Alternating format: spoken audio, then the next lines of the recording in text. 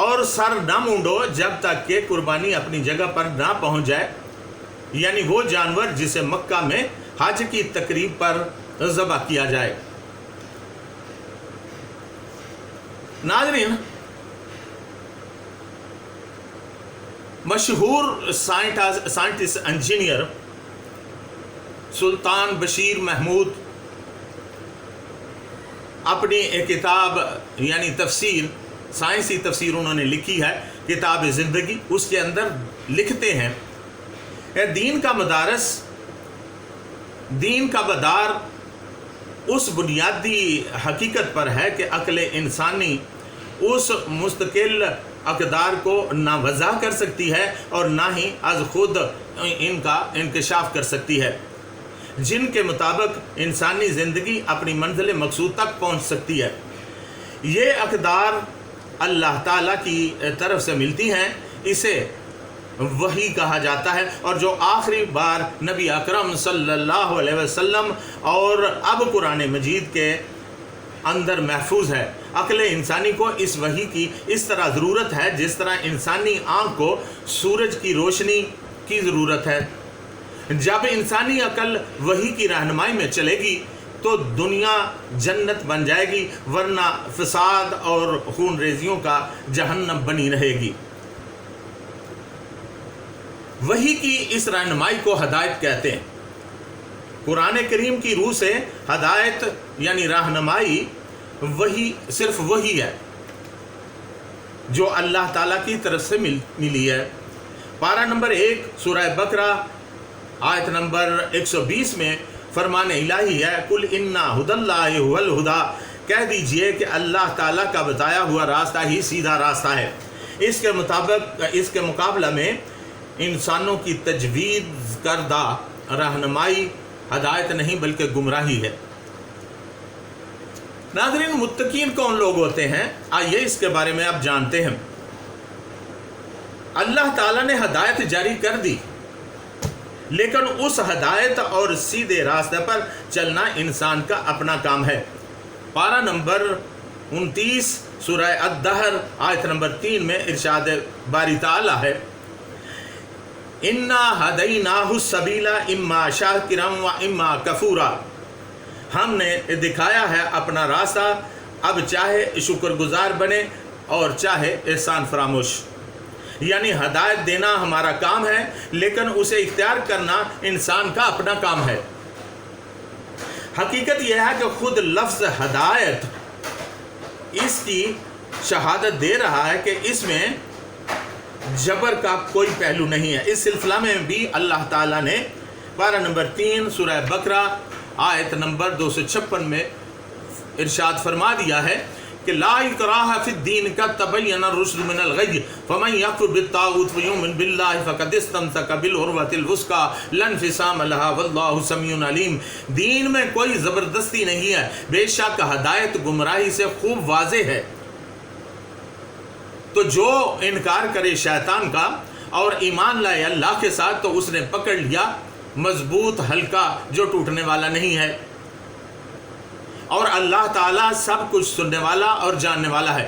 یعنی سیدھے راستہ پر انسان اپنی رضا اور رغبت سے چل سکتا ہے، اس لیے دین میں زبردستی نہیں ہے۔ راستہ اسی کو بتایا جاتا ہے جو منزل تک پہنچنے کے لیے سفر اختیار کرتا ہے، اور وہ جو خود چاہتا ہے کہ اسے راستہ بتایا جائے۔ ایسے ہی لوگوں کو متقین کہا جاتا ہے۔ حضرت عمر فاروق رضی اللہ تعالیٰ عنہ نے حضرت ابی بن کعب رضی اللہ تعالیٰ عنہ جو بڑے قاری تھے، ان سے پوچھا حضرت تقویٰ کیا ہے؟ تو انہوں نے جواب دیا، اما سلکت طریقا ذا شوک، کیا آپ کو کبھی ایسے راستے پر چلنے کا اتفاق ہوا جس میں ہر طرف کانٹے دار جھاڑی ہوں؟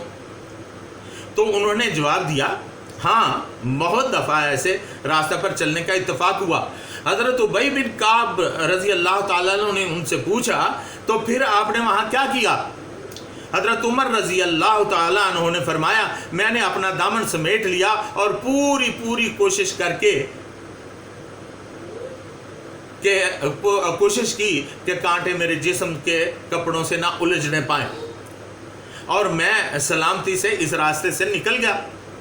حضرت ابی بن کعب رضی اللہ تعالیٰ عنہ نے فرمایا فذالک التقوی، تقوی اسی کو تو کہتے ہیں۔ اسی طرح کی ایک روایت حضرت علی کرم اللہ وجہ سے بھی منسوب ہے۔ ان سے کسی نے پوچھا حضرت تقوی کیا ہے؟ فرمایا تقوی یہ ہے کہ کوئی شخص اپنی منزل کی طرف گامزن ہو اور وہ ایک باریک سی پگ ڈنڈی پر چل رہا ہو اور اس کے دائیں اور بائیں دلدل حشرات الارض اور کانٹے بکھرے ہوئے ہوں، یہ سب چیزیں اسے نقصان نہ پہنچا سکیں، اور وہ شخص سب ان سے بچ بچا کر اپنی منزل پر پہنچ جائے، ایسے شخص کو متقی کہتے ہیں، اور اس بچنے کو تقوی کہتے ہیں۔